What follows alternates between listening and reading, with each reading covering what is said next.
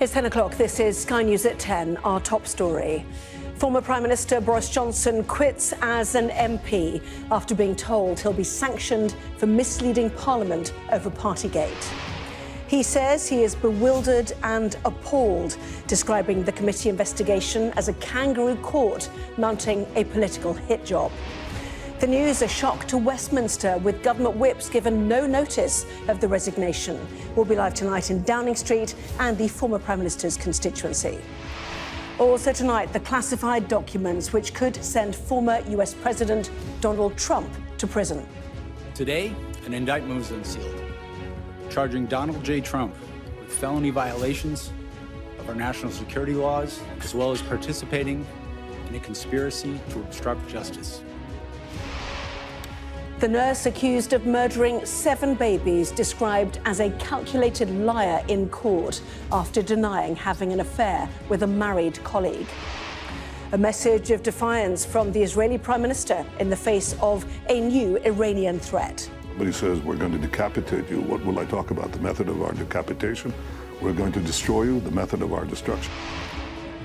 And we'll take a first look at tomorrow's front pages. That's coming up in our press preview from 10:30.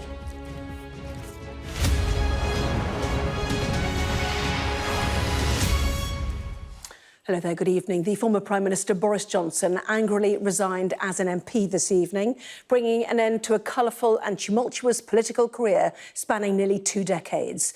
He stands down in his Uxbridge and South Ruislip constituency after being told he would be sanctioned by the Privileges Committee for knowingly and recklessly misleading Parliament about parties in Downing Street during lockdown. In an excoriating statement, Mr Johnson said he did not lie and took aim at what he called a kangaroo court determined to find him guilty. We'll have more on what his resignation could mean for his career and the future of the Conservative Party in a moment. But first, our political correspondent Liz Bates has this report. Boris Johnson, who 9 months ago was Prime Minister, has quit as an MP. In a long, angry statement, he blamed the Privileges Committee that investigated him over Partygate. On learning they wanted to see him suspended for over 10 days, which could have seen him kicked out of the Commons, he stood down, branding it a kangaroo court. He thrives on the oxygen of publicity. So what on earth he'll do next, I do not know. So in some ways I don't care, but I do actually, because I care passionately about having people involved in politics that are decent and honest and honourable and don't tell lies. And that is not that man, Boris Johnson. It comes amid a standoff with the Cabinet Office over their handling of his COVID communications that has seen him once again in the spotlight. And his resignation honours list, added to the controversy with his old ally, Nadine Dorries, denied a peerage, also dramatically standing down just hours earlier. Something significant did happen to change my mind. And, you know, I'm not someone who's going to go, blabbing out what that was immediately. I need to, process a few thoughts and things. But something significant did happen to change my mind. And I did do. And I think it's for the best. I didn't want to cause a by-election, but I've got over myself, frankly. In his statement, he takes aim at the current Prime Minister, his record on Brexit and his party's lack of ambition. And things are about to get worse for Rishi Sunak, with a by-election now on the horizon that could inflict another electoral wound on the Conservatives. In the final line of his statement, Mr Johnson says he's going, at least for now, a message reminiscent of his last words in the Commons as Prime Minister. Hasta la vista, baby.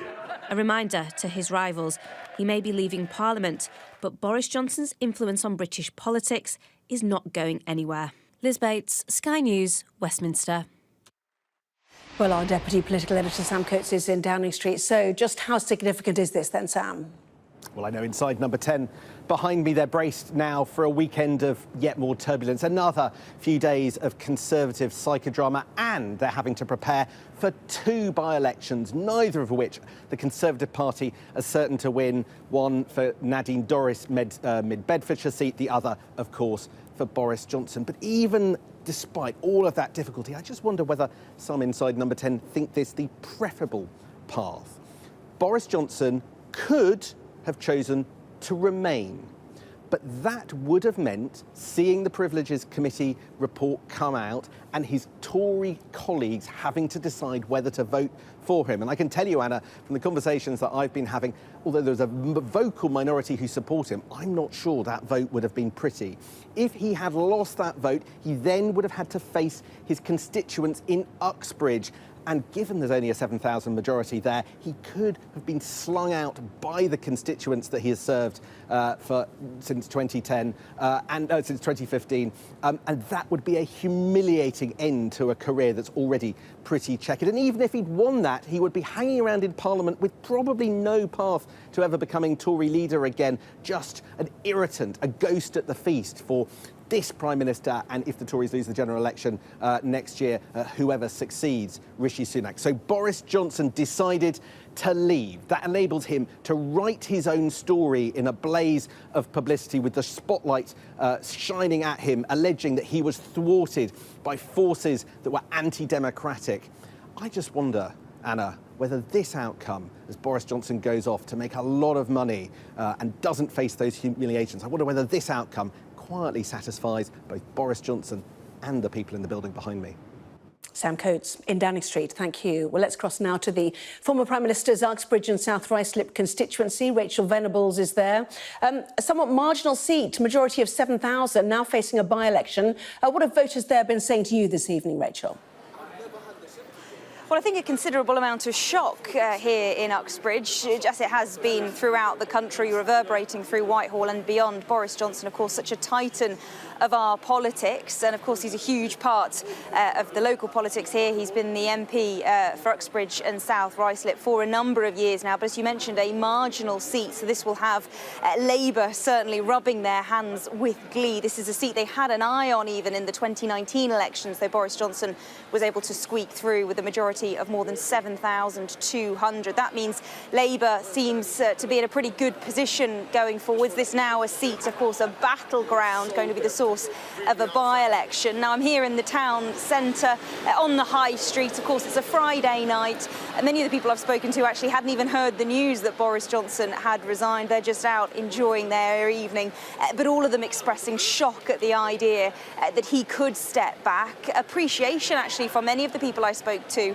about the work that he has done, both as Prime Minister and as a local Member of Parliament. And of course, I think, as always, when you have a Member of Parliament who is seen on such a national stage as Boris Johnson was as Prime Minister, and even after he left, I think people really do appreciate having somebody like that as their Member of Parliament. So far, just shock and appreciation for the work that he has done. But I'm sure as the night goes on and we get more reaction, we'll see a split in the voters, and it'll be fascinating to see what people think going forwards into the by-election, whether they will stick with the Tories or whether we could see Labour opening up a gap here and taking the seat, as no doubt they will be hoping to after that shock announcement from Boris Johnson that he is stepping down as MP. Rachel, thank you. Well, plenty of political reaction, as you might imagine, including from the opposition. Here's what the Shadow Attorney General, Emily Thornberry, had to say. I think that Boris Johnson has brought all this on himself. But, you know, it's a soap opera. What the public want to know about is who is going to look after their interests, who's going to be actually interested in the cost of living, in looking after our hospitals, in making sure that we fight crime on our streets. That's what should be important, not all this nonsense, not all this chaos, and not all this corruption. Well, an extraordinary statement from Boris Johnson earlier. Let's take a look in more detail at some of it. He said, "I have been an MP since 2001. I take my responsibilities seriously. I did not lie, and I believe that in their hearts the committee know it. But they have willfully chosen to ignore the truth because from the outset their purpose has not been to discover the truth or genuinely to understand what was in my mind when I spoke in the Commons. Their purpose from the beginning has been to find me guilty regardless of the facts. This is the very definition of a kangaroo court. It is very sad to be leaving Parliament, at least for now, but above all, I am bewildered and appalled that I can be forced out anti-democratically by a committee chaired and managed by Harriet Harman with such egregious bias." Well, let's bring in the Tory grandee, Michael Heseltine. Now, your reaction then to this resignation, Mr. Heseltine? Even in his resignation statement, he can't tell the truth. He isn't being forced out anti-democratically. A select committee of the Commons has decided to tell the Commons their views about his behaviour. It is a committee chair with a majority of Conservatives, and it would be the House of Commons that would decide whether he should pay a penalty, not the committee. But the second and overwhelmingly the most important issue here is that this is now a vitally important nail in the Brexit coffin, because Boris lied about Brexit time and time again. Nigel Farage has now admitted that Brexit has failed. And the unforgivable damage to this country that has been done on the basis of those lies is actually incorporated in this one man. His departure is a nail in the Brexit coffin. Well, in saying that, you are actually answering something he put in his statement. I am not alone, he said, in thinking that there is a witch hunt underway to take revenge for Brexit and ultimately to reverse the 2016 referendum result. My removal is the necessary first step, and I believe there has been a concerted attempt to bring it about. Has there? It is preposterous to think that a Conservative committee in the House of Commons is seeking to redress the Brexit issue over the very serious allegations that the Prime Minister lied to the House of Commons. He has played his typical game. He's looked at the report. He knows the damage that it will create. And so he has decided to go and avoid the humiliation of being censored by the Tories in the House of Commons and possibly fighting a by-election that he would lose. It is typical Johnsonian manipulation of the events, and we've seen it time and time again. When Boris Johnson announced his candidature to become Tory leader, you know, the announcement was that he would be like a chair, effectively, in Downing Street should he win. Why was the Tory party incapable of ensuring that happened? There was a recognition that he kind of needed support for this job. Well, the truth is that the Prime Minister is immensely powerful once they have got the job. And Boris Johnson was extraordinarily skillful in appealing to both Tory MPs and to a wider public with the basic case that our economic problems, the stagnation in living standards, was because of our membership of the European Union, of the bureaucrats, of the blob, as it was called, of the BBC, and all these people who were identified in order to persuade a narrow majority of the British people that if they voted for Brexit, the problems would go away. The truth is, they haven't gone away. They're getting worse day by day. That anyone who knows anything about what's going on in this country knows that Brexit is a disaster. And the quicker the truth is told to the British people, the better the chance that we'll restore our relationship with Europe. How will people remember Boris Johnson? What is his legacy? His legacy is to have broken the achievement of the Tory governments of the second half of the 20th century. Whether it was Harold Macmillan or Ted Heath or Margaret Thatcher, step by step, they took us back into the heart of Europe. And Boris Johnson, in a total travesty of the real world, fractured that Tory achievement. Much indeed. Michael Heseltine there. Boris Johnson's statement went on to say, I am afraid I no longer believe that it is any coincidence that Sue Gray, who investigated gatherings in Number 10, is now the Chief of Staff designate of the Labour leader.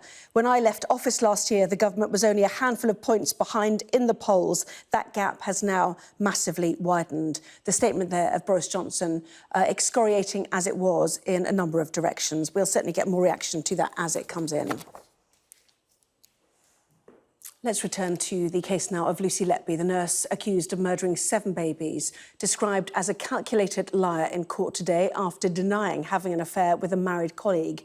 She's accused of murdering the infants and attempting to murder 10 more at a hospital in Chester between 2015 and 2016. Katerina Vitozzi reports. This was Lucy Letby's last day on the witness stand, during which the prosecution called the former neonatal nurse a liar and a murderer. The court was told about social media searches that Miss Letby had done whilst on shift at the Countess of Chester Hospital, on one occasion searching in quick succession for the families of 3 different babies she's alleged to have harmed. The prosecution barrister, Nick Johnson KC, said, "What was the connection in your mind between those 3 people?" "They are babies who have died from being seriously unwell," Lucy Letby replied. Nick Johnson said, "You were checking up on your victims, weren't you?" "No," the nurse replied. "You are a killer who was looking at your victims." "No." Over 14 days, Lucy Letby gave evidence, answered questions and vigorously denied all of the charges against her. And over that time, the court has also been shown text messages that the nurse sent to colleagues saying that the ward they worked on was understaffed and unsafe. She's also suggested to the prosecution that raw sewage had got on to one of the nursery wards where babies were being cared for. And there was also the suggestion from the prosecution about a possible motive. They say that Lucy Letby killed babies to attract the attention and sympathy of a male colleague on whom she had a crush. Charges she vigorously again denies. Today, Lucy Letby denied having an affair with that same colleague who was married, but she agreed she did have an active social life, going out drinking with former colleagues after her suspension from the ward in 2016. It was a period of time during which the prosecution said she had previously told the court her mental health had deteriorated, she was isolated from colleagues and very alone. Nick Johnson KC said, "You are a very calculating woman, aren't you, Lucy Letby?" "No." "You tell lies deliberately, don't you?" "No." "The reason you tell lies is to try to get sympathy from people." "No." "To get attention?" "No." The court was also shown once more a note written by Miss Letby and found at her home in which she says, "I am evil. I did this." "This is how I felt at that time," Lucy Letby said. "I could not see a future for myself." Nick Johnson replied, "You are a murderer." "No, I am not. You have murdered many children. I have never murdered a child or harmed any of them." In her final moments on the stand, Lucy Letby told the court before all this had happened, before her arrests, she had had a very happy life. The trial continues next week. Katerina Vitozzi, Sky News, Manchester. President Macron has visited the city of Annecy in the French Alps and has praised emergency services after 4 toddlers were attacked by a man with a knife yesterday. A 3-year-old British girl among the 4 injured was on holiday when the incident took place in a small lakeside playground. From Annecy, here's Becky Cottrell. Today, many came here to let out their emotions, thinking of toddlers targeted by a man who brought a knife to a playground and started stabbing those he found. But he had this to contend with, a remarkably brave man who brandished his backpack as a shield to fend off further violence. His name is Henri, a 24-year-old who was visiting Annecy to see the cathedral. He's no longer just a tourist, he's a hero. Pour moi, c'était juste impossible de laisser des êtres sans défense être attaqués de la sorte par quelqu'un qui semblait effectivement comme un fou furieux. Il a essayé à un moment de m'attaquer à son tour. Nos regards se sont croisés et j'ai bien senti que c'était pas un type dans son état normal, que quelque chose de très mauvais était en lui et qu'il fallait absolument arrêter ce quelque chose de très mauvais. Thankfully, the 4 infants and 2 pensioners who were attacked are all in a stable condition. Some of them were visited in hospital by President Macron. He also met with police officers who were on the scene. And of course, the pilgrim turned man of the hour. Colleen Simone's granddaughter attends the school opposite the playground that was targeted. When she heard the news of the attack, she feared her grandchild was involved. J'ai couru jusqu'à l'école, jusqu'à ce que la police nous rassure, mais c'est terrible parce que On imagine le pire pour ceux que l'on aime, en fait. Et ma petite fille, je l'adore. Donc ça a été vraiment très angoissant pour la plupart des parents. Vraiment, excusez-moi. The suspect has been named as Abdelmasih H by French media, a 31-year-old Syrian refugee who's been living in Europe for a decade. We've spoken to people here who say they saw the suspect in the months and even days leading up to the attack, sitting on this bench near the playground, looking completely calm. Terrorism is not thought to be a motive for this attack. This is a senseless crime. The violence and vulnerability of the victims beyond any reason or understanding. Becky Cottrell, Sky News, Annecy. Former US President Donald Trump will face 37 criminal counts when he appears in a court in Miami next week. He's accused of mishandling classified documents, which he kept on leaving office, obstructing justice and making false statements. Well, that's because several of the highly classified documents, some kept in boxes in his ornate bathroom at his Mar-a-Lago resort, showed sensitive information, including the weapons capabilities of foreign countries, details of United States weapons programs, potential US defense capabilities or vulnerabilities, and details of how Washington would retaliate if there was a foreign attack. Well, our US correspondent Mark Stone is outside Donald Trump's golf club in Bedminster, New Jersey. Mark. Anna, it has been quite the 24 hours. Of all the chapters in the Donald Trump story, and there have been many, this one is compelling. For his supporters and his detractors, it is deeply troubling, but for starkly different reasons. Either he is a crook who conspired to steal secret documents, or he is a victim of a conspiracy to bring him down. Spotted by Sky News on his golf course at lunchtime, a former president preparing to be arrested. We watched him teeing off just an hour before the extraordinary indictment against him was unsealed for all to see. 49 pages, 37 felony counts, federal charges, the potential of years in jail if found guilty. Make no mistake, this is huge, legally and politically. It is all about documents in these boxes, seen here for the first time, some classified, some secret, some top secret, seized by the FBI at last year's raid on his Mar-a-Lago resort. Now we know what they related to. The classified documents Trump stored in his boxes included information regarding defense and weapons capabilities of both the United States and foreign countries, United States nuclear programs, potential vulnerabilities of the United States and its allies to military attack, and plans for a possible retaliation in response to foreign attack. We know where they were stored. These unsealed images taken at Mar-a-Lago show them in boxes, in a bathroom, in a storeroom, in a ballroom. Then there is recorded evidence of Mr. Trump showing a document to others saying he knew it was secret. Trump showed and described a plan of attack that Trump said was prepared for him by the Department of Defense and a senior military official.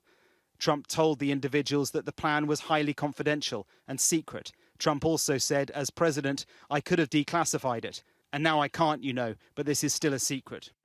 That last point is alleged to have taken place here at his New Jersey golf course in July 2021, months after he had lost the presidency. And crucially, it appears to contradict his defense that he had somehow declassified the documents. It appears to prove that he knew he had retained secret documents.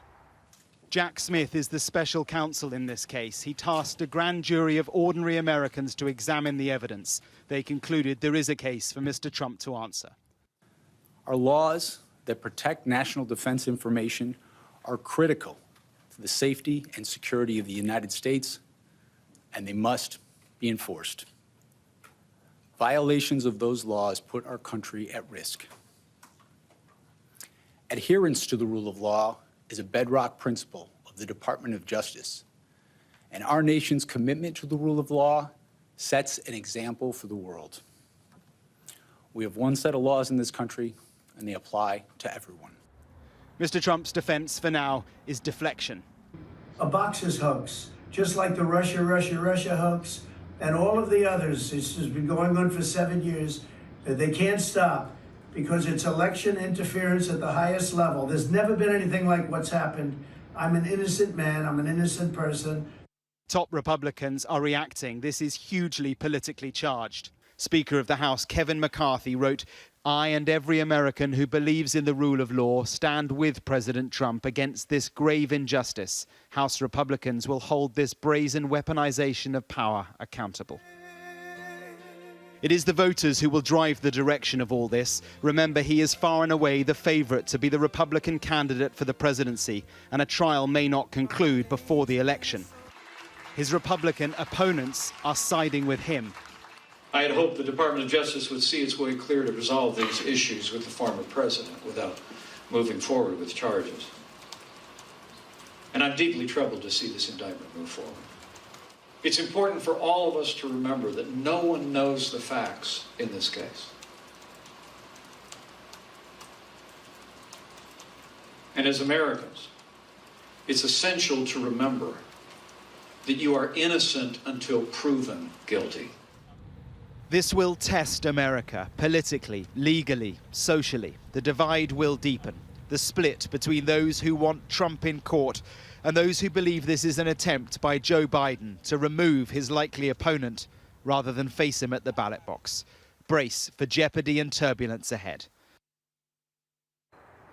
Now, we've not had any sighting of the former president over the course of the past few hours. I imagine that he has been absorbing the indictment, that 49 pages, in the same way that we have. It was at 7 p.m. last night here that he received the call from his attorney telling him that he would be charged, that he would be arrested, that he would need to go to court in Miami next Tuesday. Tomorrow he will fly from here to Georgia, where he will hold the first of two rallies where his supporters will gather in their hundreds, I'm sure. There will be another one in the Carolinas before he then heads to Florida to face the music. Mark Stone, thank you. Well, these federal charges add to a growing list of legal woes. After the deadly attack on the US Capitol, Donald Trump could yet be charged with inciting or aiding an insurrection. In March next year, he'll face a criminal trial over a hush money payment made to a porn star before the 2016 presidential election. He and his adult children face a civil lawsuit in New York, seeking to permanently bar them from running companies in New York State. A trial is scheduled for October this year. And prosecutors in Georgia are investigating whether he and his election team acted illegally to try to overturn his defeat in the state's 2020 presidential vote. But even so, his supporters stick by him. Martha Kellner has been speaking to some of them in Florida. It may look tranquil, but beyond the still waters of Lake Worth Lagoon, the home at the centre of a political earthquake. Behind these walls at his Mar-a-Lago resort, prosecutors claim Donald Trump violated the Espionage Act. He kept top-secret documents, they claim, strewn across this house. Flaunted papers, they say, which threaten national and global security. When FBI agents arrived, some were even spilling over the floor. The legal jeopardy is cranking up, but his support, at least here, is resolute. You don't think that there's any legitimacy in these charges about violating the Espionage Act even? No, I don't. We know that he's very boisterous, and we know he's kind of a show-off, but he's an awful good president. This case is unlikely to reach trial until after the presidential election in 2024. And Donald Trump remains the man most likely to be the Republican nominee. If he is, he'll be arranging campaign rallies around court dates in two separate criminal cases. The implications of this are extraordinary. He's staring down the barrel of some serious jail time, and I think that it's finally starting to sink in just the gravity of the situation. And I think that it would be in his best interest to actually cut a deal, because if he ends up going to jail, he's 76 years old right now, which means that he could ultimately end up dying if he does have to serve jail time. So he could die in prison, and I'm pretty sure he doesn't want to do that. At the local pickleball courts, Anne and Maureen hope the game is finally up for Donald Trump. I despise the man. I think he's a crook. I think he doesn't know the difference between a truth and a lie.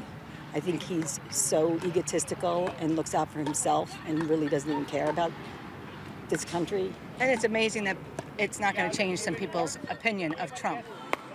That includes their friend Jackie. I think it's a lot of showboating by the Democrats because they know he's very popular, and I don't think it's going to change anybody's mind on either side.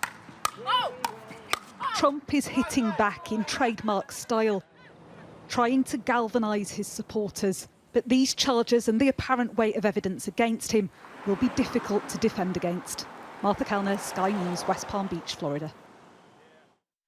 Well, we return now to our top story. Boris Johnson's resignation as an MP with immediate effect after accusing the Commons Committee investigating Partygate of attempting to drive him out. To our deputy political editor, Sam Coates in Westminster, and out he is going, a man who wanted as a child to be world king, a modern-day Churchill left now with what, Sam, as a legacy? Well, it's interesting, isn't it, Anna, that Boris Johnson departs the frontline political stage claiming that he was effectively undermined and slung out by an establishment that couldn't tolerate him on the day that Donald Trump also faces a very uncertain future and too also is saying that he is being undermined and by an establishment that does not want him any chance of returning to power.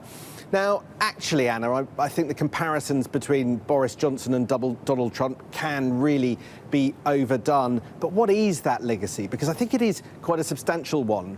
You know what the list of achievements Boris Johnson would give, winning the 2019 general election in the face of lots of turbulence, delivering Brexit, getting the country through the pandemic with the vaccine, and then stewarding the country again as the Ukraine war took hold. But in some senses, Anna, love him or loathe him, I think the legacy is much bigger than that. For I think that Boris Johnson changed politics potentially irrevocably.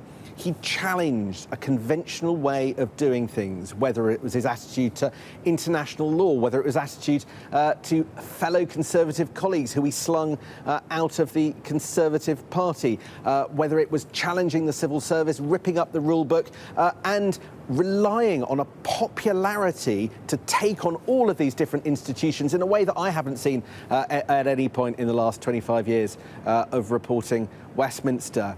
And the question is, where does that legacy leave the country? Will the next Prime Minister build on that or try and return to a perhaps calmer way of governing? But one thing, Boris Johnson has left the political stage, but he hasn't left the national stage for good. Sam Coates, live there in Downing Street. Thank you.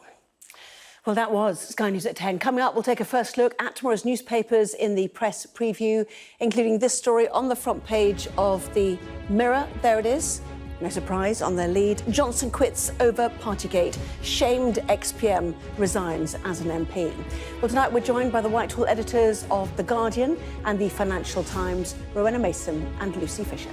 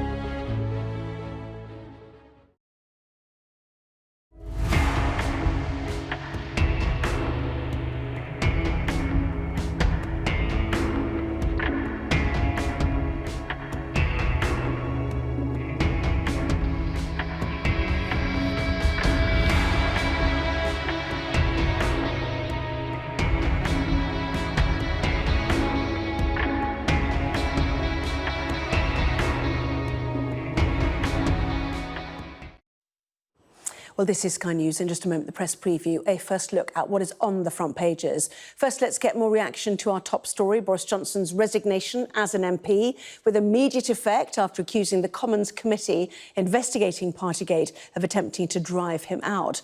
I'm joined now by the former chair of the Committee of Standards in Public Life, Alistair Graham. He's made it quite clear he told the truth, he did not lie, and that this is a whitewash. What do you think? Well, who can tell until we read the Privileges Committee report, which he's had a chance to see, but the rest of us haven't. You have to remember that it was a unanimous decision to set up the Privileges Committee inquiry, and there's a majority of Conservative MPs sitting on that committee, even though it's chaired by Harriet Harman, who is a Labour MP. I always thought that he did mislead Parliament during the time when it became clear that there'd been parties in Downing Street and everything, when he said the rules had been maintained. I suppose it's his way of sticking two fingers up to the Privileges Committee, but I personally always thought he would a person who would fight his corner to the last. So I'm rather surprised he's thrown the towel in. Well, we're just hearing actually that the Privileges Committee will meet on Monday to conclude its inquiry into whether Boris Johnson misled MPs and plans to publish its report promptly following the former Prime Minister's resignation from the Commons. That's according to a spokesman. Promptly needs to be done now, don't you think? We need to read it for ourselves. Yes, we do. And we need to put this issue to bed. I thought he might try and fight and persuade a majority of Conservative MPs not to accept any recommendation coming out of the Privileges Committee.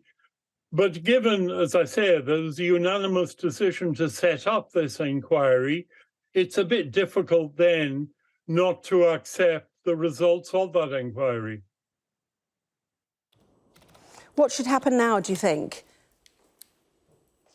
Well, given he's given up as an MP, there's going to be a tough contest in Uxbridge, his constituency, and even the Nadine Dorries seat with, I think, a majority of 24,000 could well, given the current state of the mood of the nation, might well switch to another political party.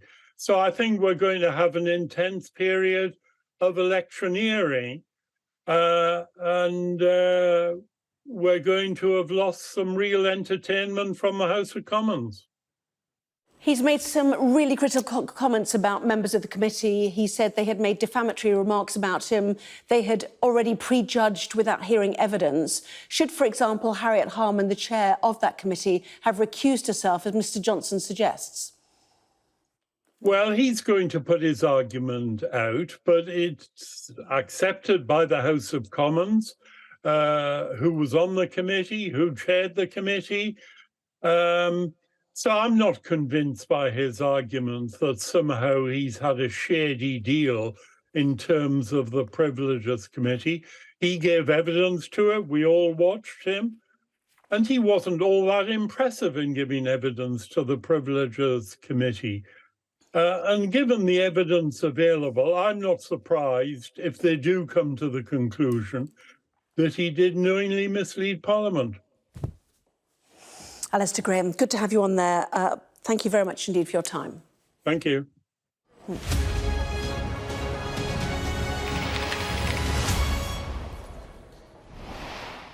Well, hello there, you're watching the press preview, a first look at what is on the front pages. Let's see what's making the headlines then with the Whitehall editors of The Guardian and the Financial Times, Rowena Mason and Lucy Fisher.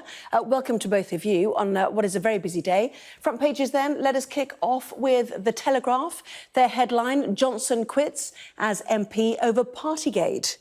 Similar from The Mirror, which calls Mr Johnson deluded for claiming he was forced out. The Express cites his claim of a kangaroo court. Those protestations from Mr Johnson are also the main concern for the Mail. I've been forced out by a witch hunt, the paper says. The Star pictures him as a clown, proclaiming the party's over for Bozo. The Times says the party's over now. The Sun splash is simple. Bojo, I quit. The Eye describes the former Prime Minister as declaring war on his successor, Rishi Sunak. And it's very nearly a full house, as Mr Johnson's departure is also the top story for The Guardian. And as the lone exception, the Financial Times reporting on claims of sexual misconduct at the hedge fund OD Asset Management.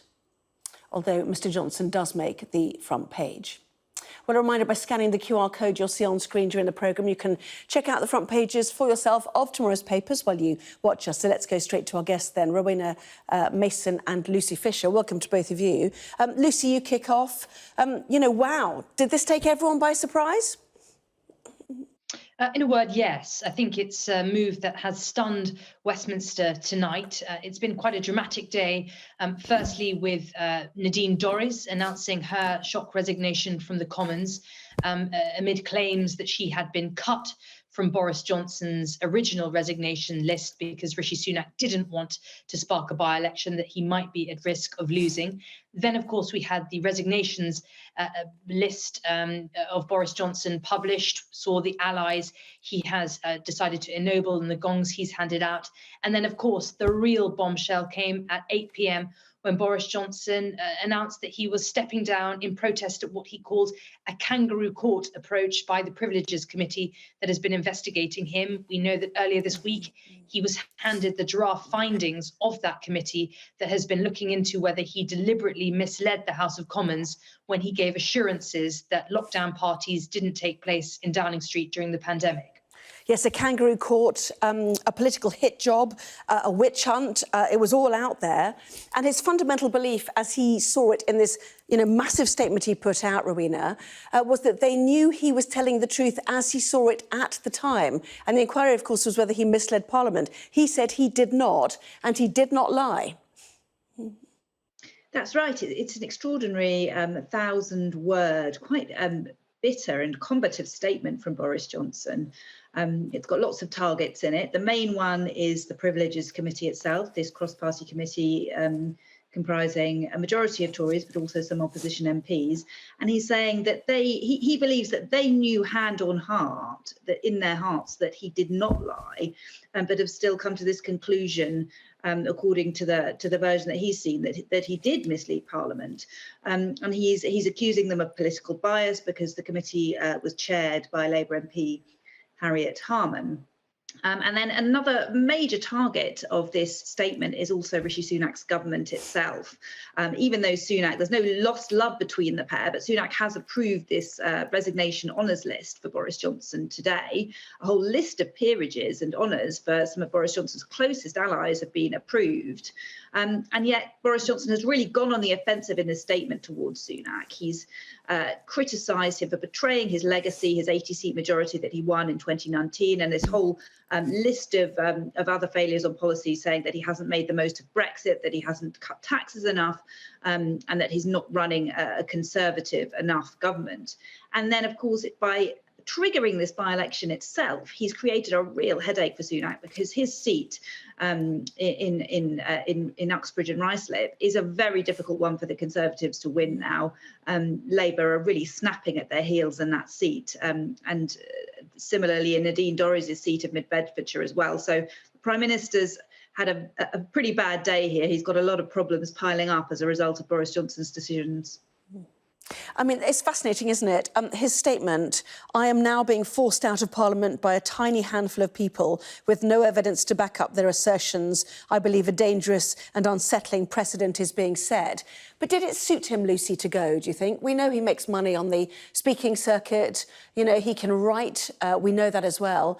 Nobody ever really saw him as a backbencher.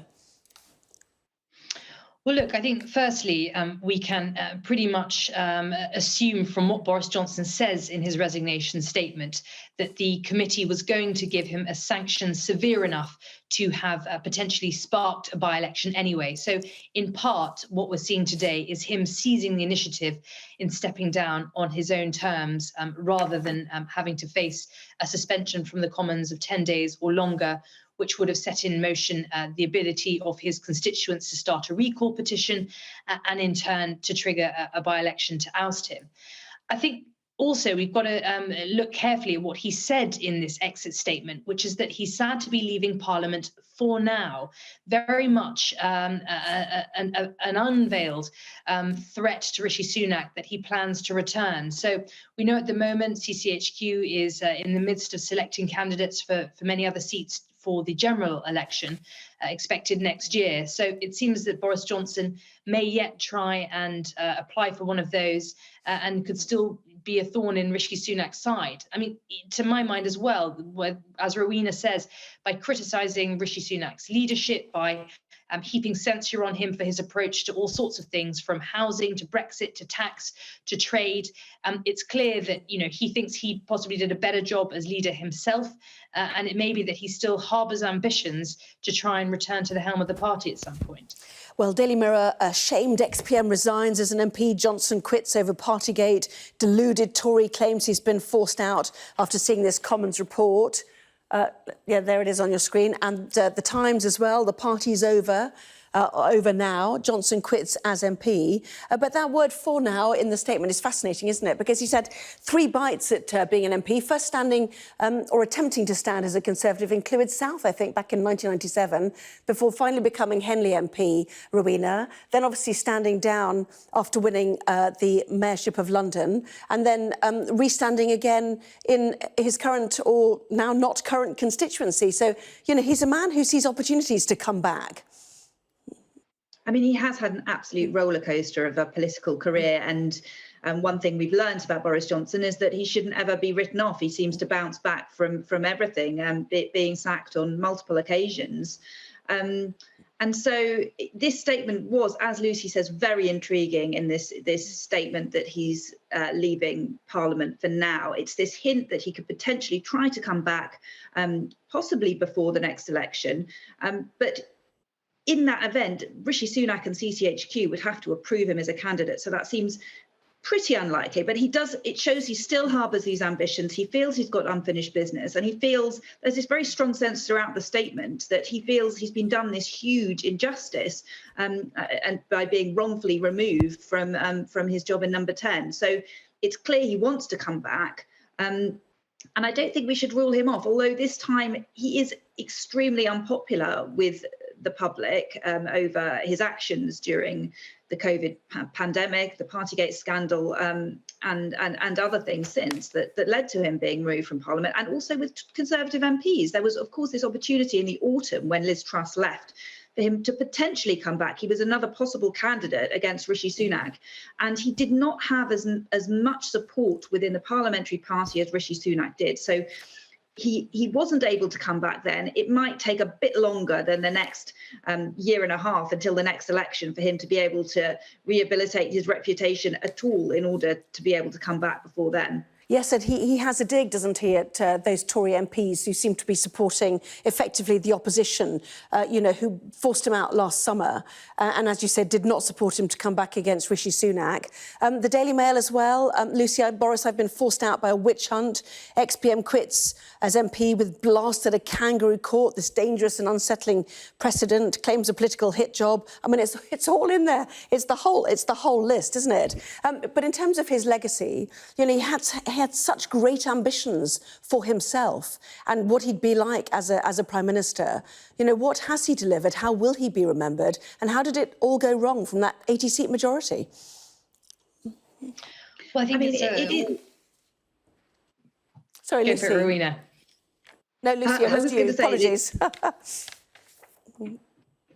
I was going to say that I think it's in some ways a little too soon to talk of legacy, because as Rowena said, we shouldn't write Boris Johnson off. He's made clear he has unfinished business. But I do think part of this angry lashing out that we've seen in this resignation statement is a bid for him to try and protect his legacy. He clearly is furious that Rishi Sunak this week has finally made clear, frankly, what anyone watching closely has known for several years now, which is that the US has no interest in pursuing a comprehensive free trade agreement with the UK at this time. He lashes out at Rishi Sunak's administration, junking his plan to scrap all EU laws within a certain time frame. He hits out at the Sunak administration's decision to shelve a bill on animal welfare, which, as we know, is a particular cause that his wife, Carrie Johnson, has championed. So there is this sense that Boris Johnson is wounded that his legacy is being unpicked by his successor in this way. Yes, and indeed the eye picks up on that. Boris Johnson declares war on Sunak as he quits Parliament, listing some of those things that Lucy just did, Rowena, but also he threatens Sunak with a future return, saying goodbye for now. You know, it's like the sword of whatever standing over him, isn't it? But will Rishi Sunak be shaken by this, do you think? Will this prompt some sort of civil war in the Conservative Party, or is the reaction muted enough that Boris Johnson will walk off into the sunset with nobody cheering for him? I think it'll have shaken him in the sense that he's got these two incredibly difficult by-elections that he could really do without. It's a lot of resources that the party will have to spend, and it's not unlikely that Labour will win, certainly in Johnson's seat, but possibly even in this very safe seat in Bedfordshire as well, belonging to Nadine Dorries. I think most Conservative MPs will be relieved that Johnson has gone. They want to rally round their party ahead of an election which is now only just probably over a year away. And so Sunak will be really happy that he's no longer got Johnson in Parliament. However, as we've seen from the last few weeks and months, Boris Johnson has this knack of being talked about. He's been talked about because of the privileges inquiry. There's been fresh evidence handed to police in relation to potentially unlawful gatherings in Chequers and Downing Street from the COVID pandemic era.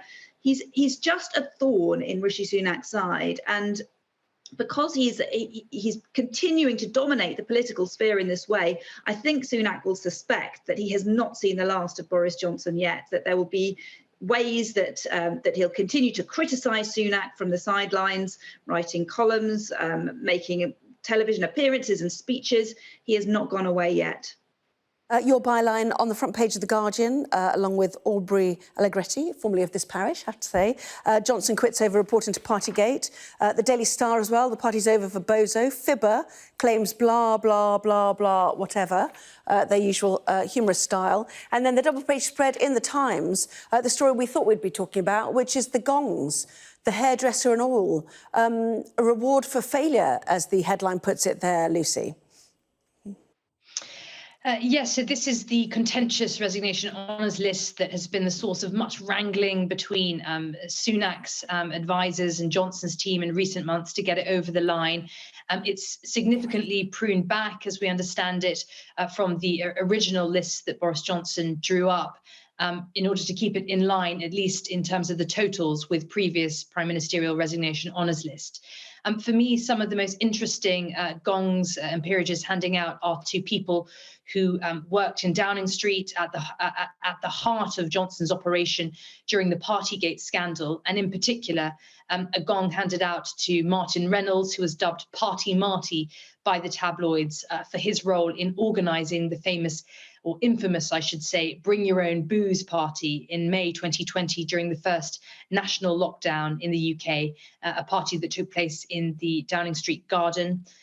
There's also other notable nominees on this list. One that caught my eye was Ben Houchen, the Conservative mayor of Tees Valley, who's facing a lot of questions at the moment about the government's flagship regeneration project. And the other big story, which we don't have time for right now, but we'll return to, is, of course, the news about Donald Trump. You know, the front page of a number of newspapers, including the front page of The Telegraph. Trump has been charged with illegally keeping top-secret files relating to America's nuclear weapons and foreign allies after he left the White House. He was also accused of keeping a Pentagon plan of attack against Iran and highly sensitive documents from both the CIA and National Security Agency. Lucy, Rowena, we will see you very shortly. Thank you both very much indeed. Lots of breaking news stories today. Boris Johnson resigning as an MP and more, of course, on Donald Trump too.